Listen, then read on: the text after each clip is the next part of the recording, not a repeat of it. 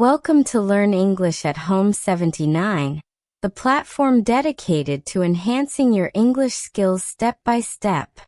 I'm thrilled to have you here today as we delve into a crucial aspect of learning English: inputs and outputs. These fundamental concepts are essential for improving your speaking and comprehension abilities in English. And in this episode, I will clarify how they function and their significance. You may be curious about what inputs and outputs entail and their relevance to your English learning process. No need to worry. I will break everything down in a straightforward and comprehensible manner. Whether you're beginning your English learning adventure or have been studying for some time, this episode will assist you in figuring out how to condition your mind to think in English effortlessly. Before we get started, I encourage you to take a brief moment to reflect on how you acquired your first language as a child. Did you initially focus on grammar rules? Did you memorize extensive word lists? No. You simply listened and absorbed the language spoken by those around you. You heard your parents converse, observed people's interactions, and gradually began to understand. Then eventually, you spoke your first words. That's the essence of input. It saturates your mind with the language, and when you eventually articulate your thoughts, that's output. Utilizing what you have learned.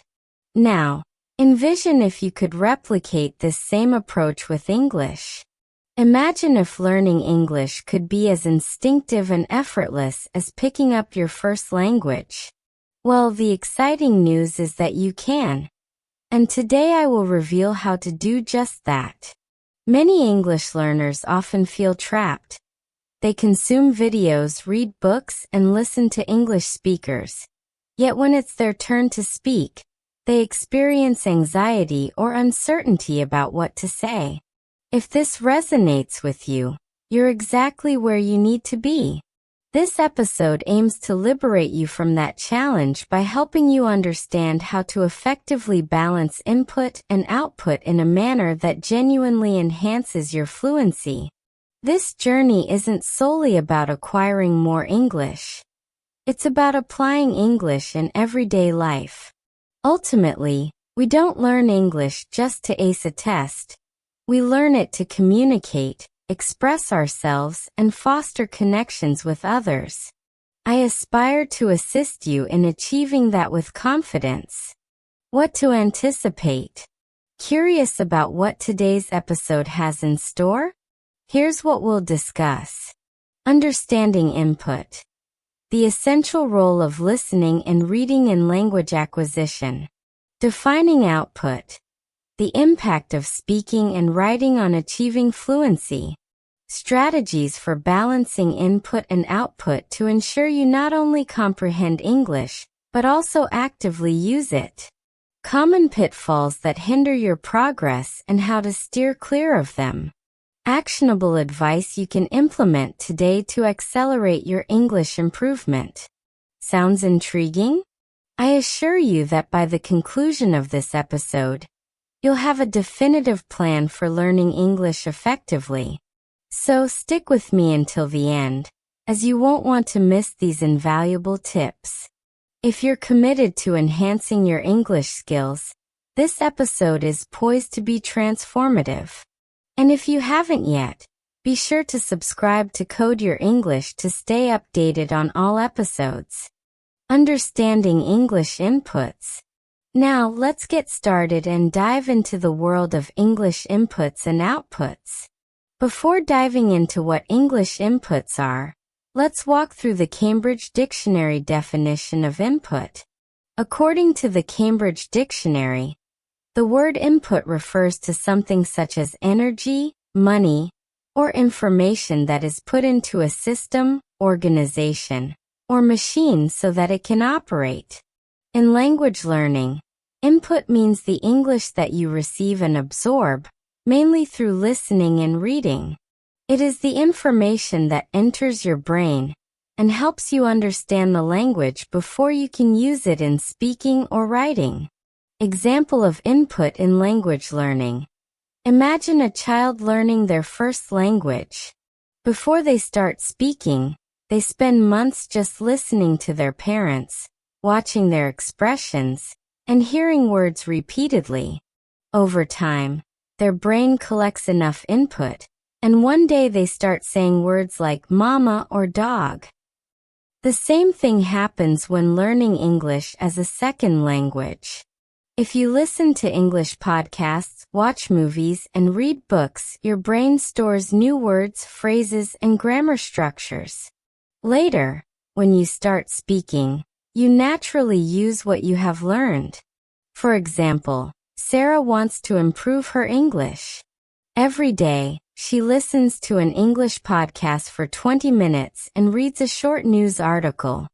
At first, she doesn't understand everything, but over time her brain absorbs new words and phrases. After a few months, she notices that she can understand conversations more easily, and even use some of the phrases she heard in her own speaking. Input is the first step to fluency. The more English you listen to and read, the easier it becomes to think, speak, and write naturally. Types of input. Now that we understand why input and output are essential for learning English, let's focus on the first part. Input. This is where everything begins. Without input, there can be no output. Definition of inputs. In simple words, input is any English you take in. It includes everything you hear and read in English. Whenever you listen to an English conversation, watch a movie, or read a book, your brain is collecting words, phrases, and sentence structures. This process is essential because before you can speak or write English output, you first need to understand it, input. Think about how babies learn their first language. They don't start speaking immediately.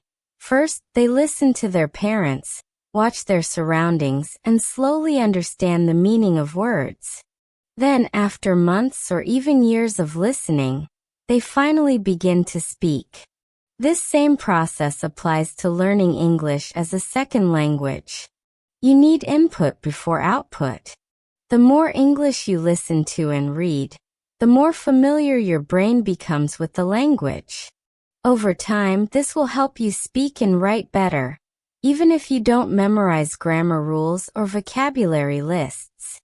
Input is fundamental to language learning, serving as the building blocks for sentence formation, thought expression, and natural communication. Many learners struggle due to insufficient input, relying instead on grammar exercises and rote memorization, leading to unnatural or difficult recall.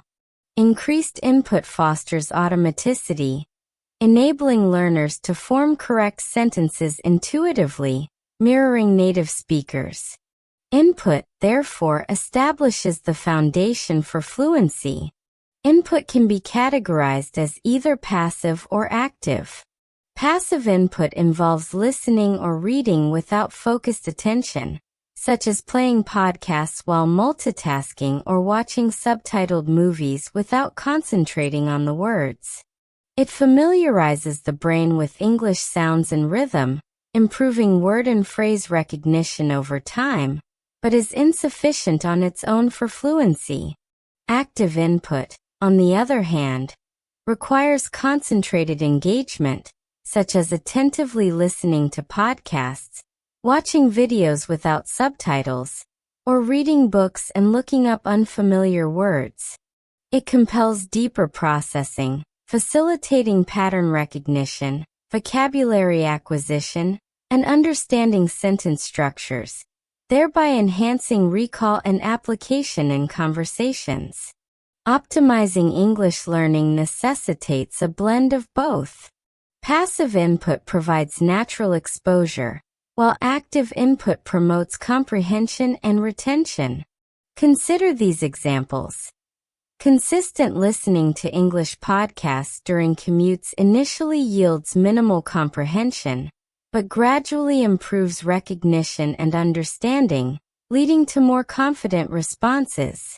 Similarly, nightly reading of English short stories, initially requiring frequent dictionary use, enhances vocabulary and comprehension, ultimately improving writing skills through exposure to real-world usage.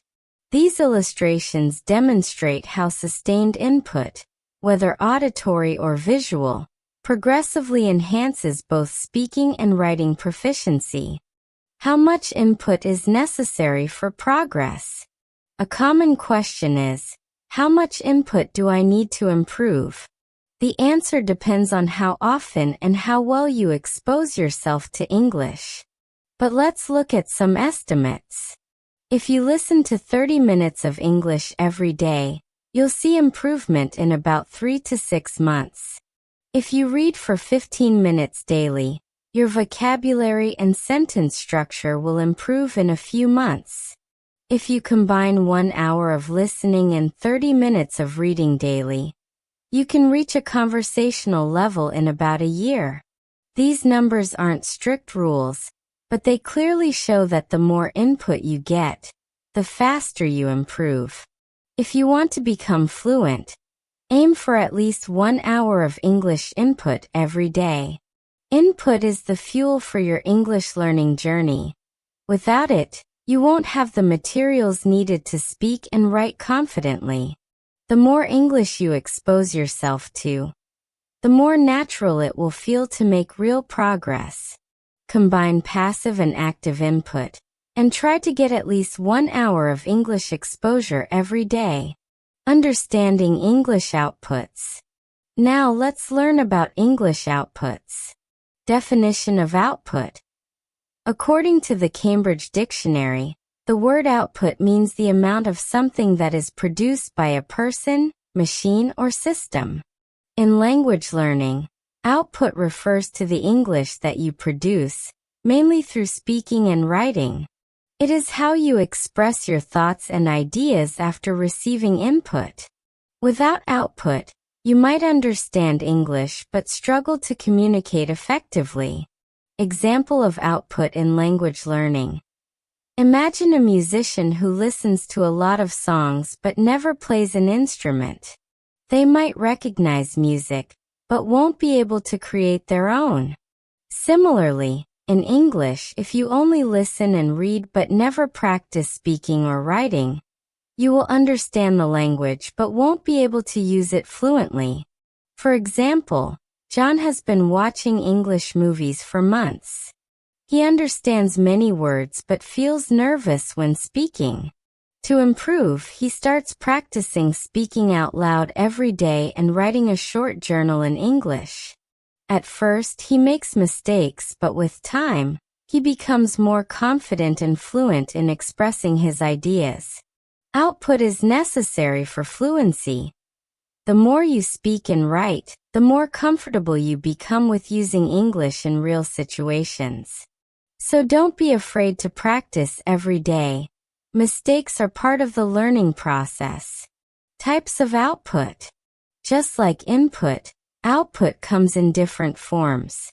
There are 2 main types of output: planned output and spontaneous output. Planned output. This includes writing essays, preparing presentations, or drafting emails. Planned output happens when you prepare before using English. This type is great for organizing your thoughts and improving your writing skills since you have time to think. You can focus on using correct grammar, new vocabulary, and clear sentence structures. One effective way to practice planned output is by keeping a daily journal in English. Writing a few sentences every day about your thoughts, experiences, or plans can help you improve your ability to express yourself clearly. Spontaneous output. This happens when you use English in the moment without preparation. This includes casual conversations, answering questions in class, or speaking English while shopping or traveling. Spontaneous output is essential for fluency because in real life, you don't always have time to plan your words. It forces you to think quickly in English, which helps you respond naturally. At first, speaking without preparation can feel difficult. You might forget words or make mistakes. But that's okay. The more you practice, the easier it gets. A great way to improve spontaneous speaking is by talking to yourself in English. Try describing what you are doing or thinking out loud. For example, if you are cooking, you can say, "Now I am cutting the vegetables. I need to boil the water." This helps you practice forming sentences naturally. The equilibrium of input and output. Some learners tend to concentrate excessively on input, listening and reading, while neglecting output, speaking and writing. Conversely, others attempt to produce a lot through speaking and writing, but fail to receive adequate input for swift improvement. Achieving a balance between the two is essential. A straightforward guideline suggests dedicating 70% of your time to input and 30% to output. Focus mainly on listening and reading, but also make it a point to practice speaking and writing on a regular basis. Daily output practice. Allocate a few minutes each day to either speak or write in English. Utilize what you've learned. If you encounter a new word or phrase in a book, try incorporating it into a conversation or compose a sentence using it. Consider language learning as a continuous cycle. Input, listening and reading, you take in new vocabulary, phrases, and grammatical structures. Output, speaking and writing, you apply what you've acquired, which aids in better retention. The more often you go through this cycle, the quicker your progress will be. Frequent errors and their remedies. Learning English is akin to a journey, one that presents various challenges along the way. Many learners unknowingly make common errors that hinder their progress. Some place too much emphasis on input while underemphasizing output, and others do the contrary.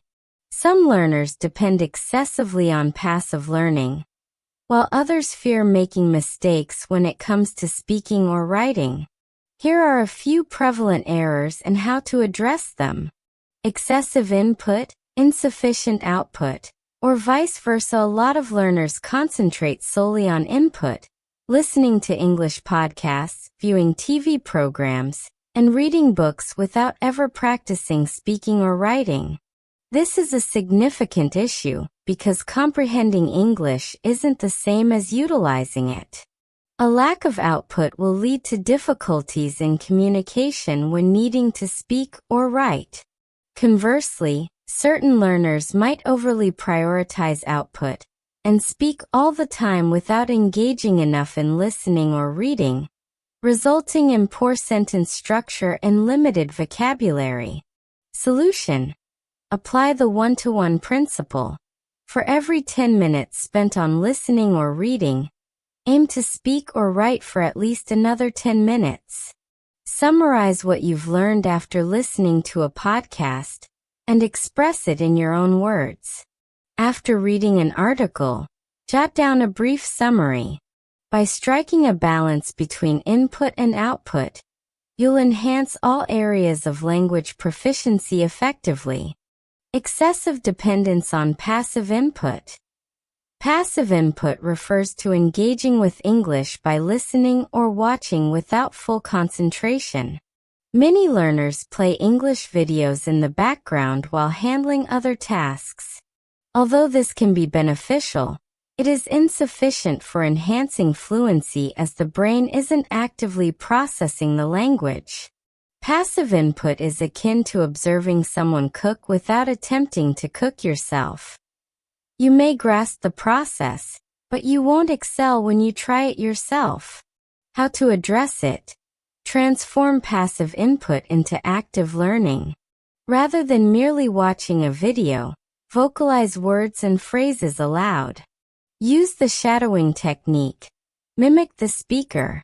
Jot down notes. Record useful expressions from podcasts or shows. and utilize them later. Interact with the content. If you watch a video on YouTube, leave a comment in English. When reading an article, write a brief opinion about it. By actively listening and reading, your brain retains more information, and you progress quicker. Anxiety about making mistakes in output. Numerous learners hesitate to speak or write due to fear of making errors. This anxiety hinders their practice, slowing their development. The reality is that mistakes are an inherent aspect of learning. Even native speakers commit errors. Think of a child learning to walk. They stumble repeatedly, yet they don't cease trying. That's how everyone learns, through experimentation and mistakes. How to combat it? Acknowledge that mistakes are commonplace. Instead of fearing errors, view them as opportunities for learning. Each mistake aids your improvement. Practice with an encouraging partner. Seek a language partner or tutor who inspires you to speak without fear. Record your speech, listen to your voice, and identify areas for improvement. With time, this will boost your confidence. Write daily, even if it's simple. Begin with concise sentences. The more you practice, the more assured you will grow. Don't allow fear to prevent you from using English. Concluding thoughts on avoiding these errors. The optimal way to enhance your English is to maintain a balance between input and output. Remain actively engaged and welcome mistakes as part of the learning journey. Listen, read, speak, and write daily. Don't merely absorb English. Actively utilize it. Mistakes signify that you're learning. By steering clear of these common pitfalls and implementing these techniques, you will evolve into a more self-assured and fluent English speaker. Keep practicing, and success will come. Summary of key points. English inputs. Listening and reading are fundamental in language acquisition. The more you listen and read, the more natural English will feel. Ensure you maintain a balance between passive and active input for optimal outcomes. English outputs. Speaking and writing are essential for fluency. Regular practice of speaking and writing will enhance your confidence and clarity in expressing your thoughts. The balance between input and output. Both elements are crucial for success. Excessive input without output results in understanding without the ability to communicate, while too much output without input restricts vocabulary and precision. Resources for continued learning. If you wish to enhance your skills further, here are some excellent resources to assist you. Podcasts and YouTube channels. Tune into English learning podcasts and subscribe to channels that emphasize clear and simple English. Books and articles. Explore easy-to-read books, reputable news websites, or English language blogs. If you're a beginner, consider graded readers. Flashcard apps. Utilize applications like Anki or Quizlet to effectively memorize new vocabulary.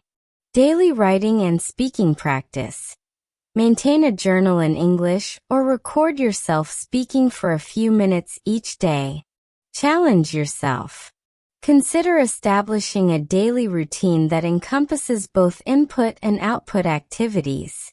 Begin with just 10 minutes of speaking or writing each day, and gradually increase the duration. By balancing what you consume and what you produce, you'll become a more assured and fluent English speaker. Continue practicing, and you'll witness progress more quickly than you think. I appreciate you tuning in, and I look forward to seeing you in the next episode.